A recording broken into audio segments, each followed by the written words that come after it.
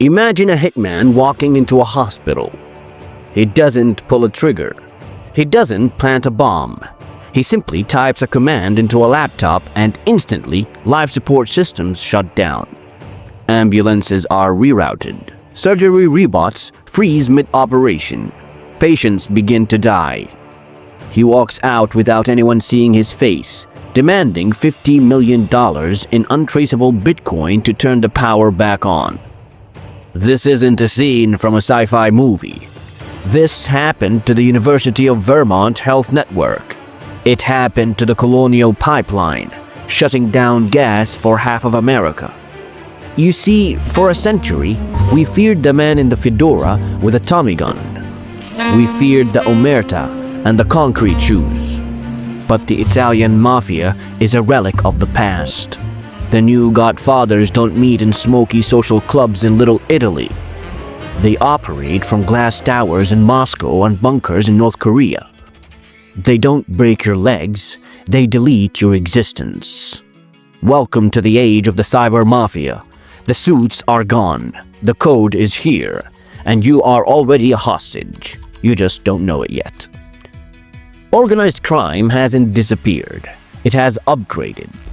In the year 2024, cybercrime is estimated to cost the global economy over $9 trillion. To put that in perspective, if the cyber mafia were a country, they would have the third largest economy in the world, right behind the United States and China.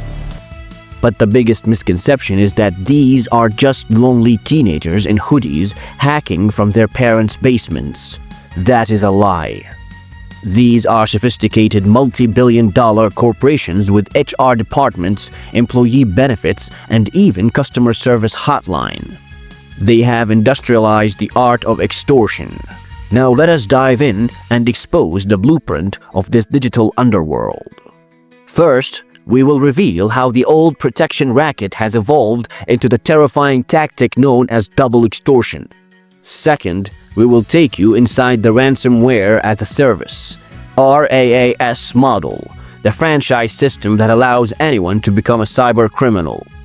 And finally, we will expose the untouchables, the state-sponsored hackers who live like kings and are protected by world governments.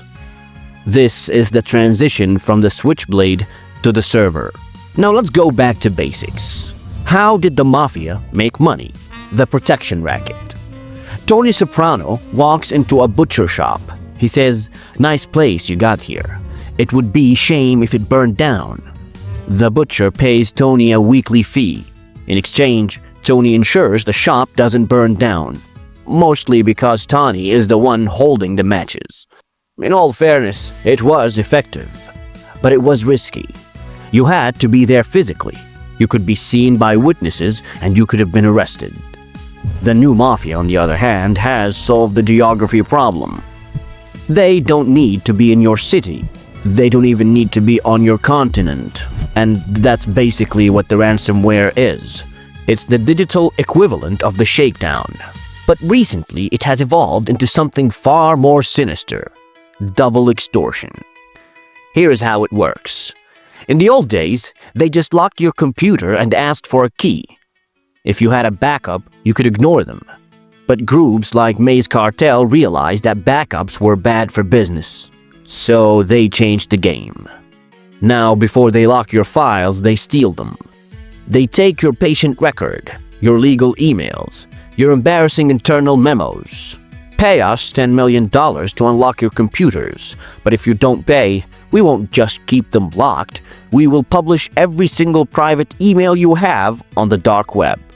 They have created leak sites, public websites that look like professional blogs, where they list their victims.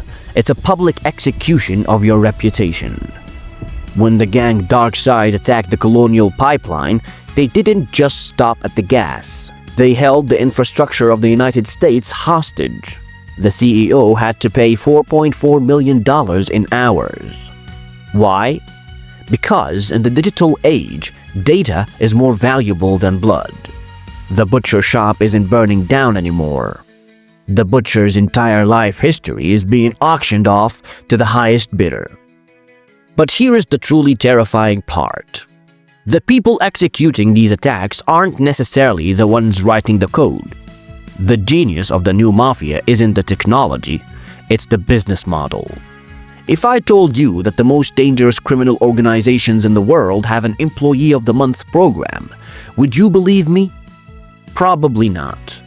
Welcome to the world of ransomware as a service. You see, in the old days, to be a bank robber, you needed skills. You needed to know how to crack a safe, drive a getaway car, and shoot a gun. Today, you don't need to know how to write a single line of code to destroy a company. Here's the secret the FBI discovered when the Conti ransomware group's internal chat logs were leaked. Conti was not a gang.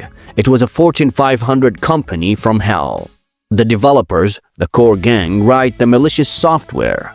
They are the engineers, but they don't carry out the attacks. Instead, they lease the software to affiliates. These affiliates are the foot soldiers. They either pay a subscription fee or give a percentage of the profits back to the developers, usually between 20 to 30%. It is a franchise model, exactly like McDonald's or Subway. The leaked document revealed that Conti had an HR manager interviewing potential hackers. They had performance reviews. They had salaried employees earning $2,000 a month simply to negotiate with victims. Yes, you heard it right. When a hospital gets hacked and they type in the chat box to beg for the decryption key, the person replying is often customer service agent following a script. They are polite. They are professional. They even offer tech support to help the victim buy Bitcoin because they want the transaction to be smooth. They know that if they have a reputation for not unlocking the files after payment, no one will pay. Trust is the currency of the new Mafia. This democratization of crime means that your attacker could be a state-sponsored spy in Russia, or it could be a 19-year-old in Brazil who just bought a hacking starter kit on the dark web for $500. They have the business model. They have the technology. But why aren't they in prison? The answer lies in a specific license plate on a Lamborghini in the streets of Moscow. In the movie The Godfather, Michael Corleone tries to make the family legitimate to avoid the law. The new Mafia doesn't need to become legitimate. They just need to live in the right zip code. Meet Evil Corp. Yes, that is their actual name. Their leader is a man named Maxim Yakubits. The FBI has a $5 million bounty on his head. He is wanted for stealing over $100 million from banks across 40 countries. So, is he hiding in a cave? Is he living in a bunker? No, not really. He drives a custom-painted Lamborghini through the streets of Moscow.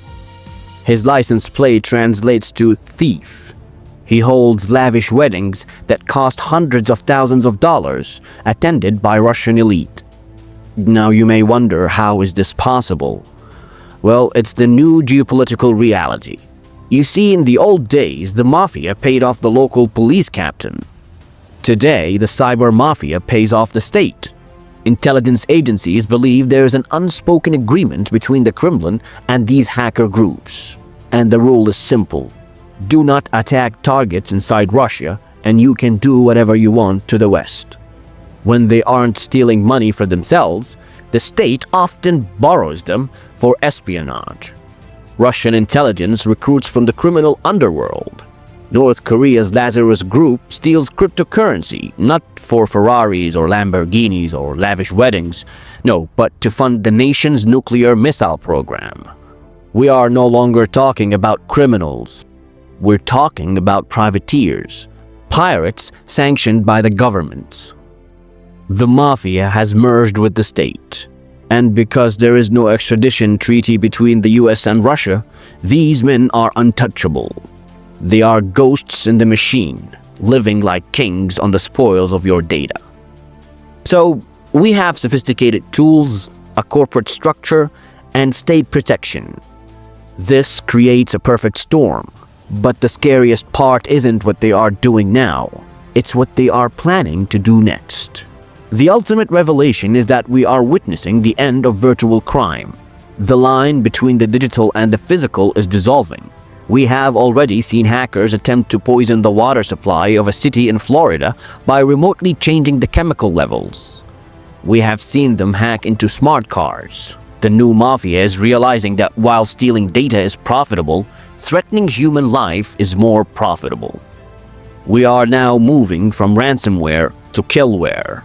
The next time the mob comes to collect, they won't threaten to break your legs. They will threaten to turn off the brakes on your car while you're driving 70 miles per hour. The protection racket has returned. However, this time, you can't see the gun pointed at your head. Bottom line is, the underworld is evolving faster than the law can keep up. The omerta is now encrypted. If you want to stay ahead of the curve and understand the dark psychology of these criminal masterminds, just join us. Click that subscribe button and turn on the bell. And don't forget to give this video a thumbs up.